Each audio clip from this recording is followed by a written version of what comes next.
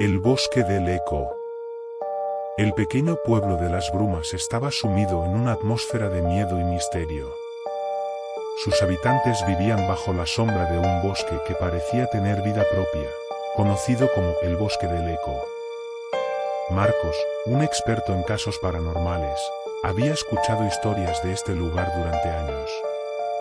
Las desapariciones, los ecos inexplicables, y las leyendas de un antiguo mal lo habían atraído. Esta vez, no era una casualidad que estuviera allí. Marcos llegó al pueblo al anochecer, justo cuando el sol comenzaba a ocultarse detrás de los árboles oscuros y amenazantes. A pesar de las advertencias de los lugareños, su determinación era firme. Se había especializado en fenómenos paranormales durante toda su carrera y creía que podría resolver el misterio de las desapariciones.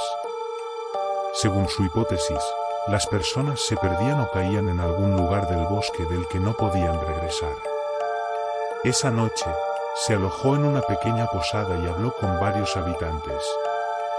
Cada uno de ellos tenía una historia que contar sobre amigos o familiares que habían desaparecido en el bosque.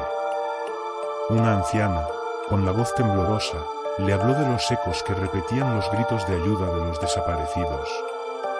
Es como si el bosque se comiera sus almas y las devolviera en forma de ecos, susurró. Marcos se adentró en el bosque al día siguiente, equipado con sus instrumentos de medición y su cámara. Al principio, el lugar parecía un bosque cualquiera, pero pronto notó algo extraño. Cada sonido que hacía se repetía varias veces, como si el bosque tuviera sus propias cuerdas vocales. Unos días después, montó su campamento cerca del borde del bosque y comenzó a explorar en serio. Las primeras noches fueron inquietantes pero no peligrosas. Los ecos le devolvían sus propios murmullos, haciéndolo dudar de su cordura. Sin embargo, fue la tercera noche cuando la verdadera pesadilla comenzó. Mientras dormía, escuchó un eco claro de su propia voz llamándolo desde lo profundo del bosque. Despertó sobresaltado, y contra su mejor juicio, decidió investigar. Marcos siguió el sonido de su voz, adentrándose cada vez más en el bosque. A medida que avanzaba, los ecos se volvían más claros y más numerosos. Parecía que las voces del pasado estaban atrapadas en los árboles, repitiendo eternamente sus últimas palabras. Fue entonces cuando encontró una antigua cabaña abandonada. Dentro de la cabaña, encontró signos de rituales antiguos y un diario polvoriento. El diario pertenecía a un explorador que había estado allí antes y describía experiencias similares. Este explorador también había intentado desentrañar el misterio del eco, pero sus últimas entradas eran incoherentes, llenas de miedo y desesperación. Después de ese descubrimiento, Marcos comenzó a experimentar visiones y pesadillas. Soñaba con sombras que lo perseguían y con voces que lo llamaban desde la oscuridad. Durante el día, los ecos se volvían más persistentes y perturbadores, repitiendo sus pensamientos más oscuros y temores. Empezó a darse cuenta de que el eco no era solo un fenómeno natural, sino una entidad antigua que se alimentaba del miedo y la desesperación. Cada día que pasaba, el bosque se volvía más opresivo. Los árboles parecían cerrar filas a su alrededor y la oscuridad se volvía más profunda. Cuando finalmente decidió regresar, se dio cuenta de que estaba perdido. Las marcas que había dejado en los árboles para orientarse habían desaparecido y los ecos lo confundían cada vez más. En su desesperación, Marcos tropezó con una visión macabra. Los huesos de las personas desaparecidas estaban esparcidos por el suelo del bosque. Creyó que su fin estaba cerca, que estaba destinado a convertirse en otra víctima del bosque del eco.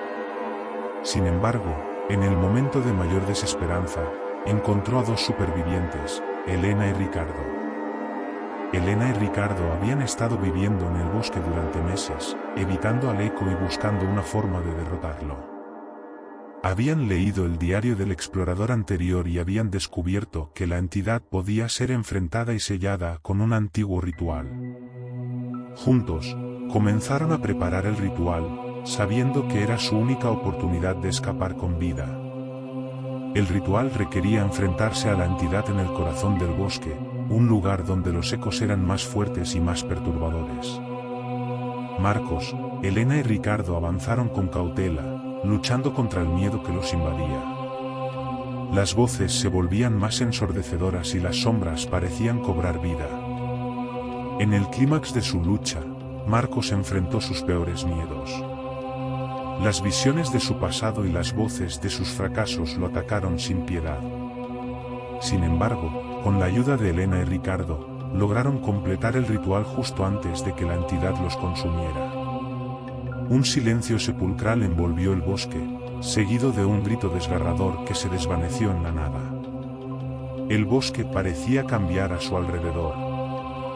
La opresión desapareció y los ecos se silenciaron. Marcos, debilitado pero vivo, guió a Elena y Ricardo de vuelta al pueblo. Allí, relató su experiencia, advirtiendo a todos sobre el verdadero peligro del bosque del eco. Aunque había sobrevivido, Marcos sabía que no estaba completamente libre.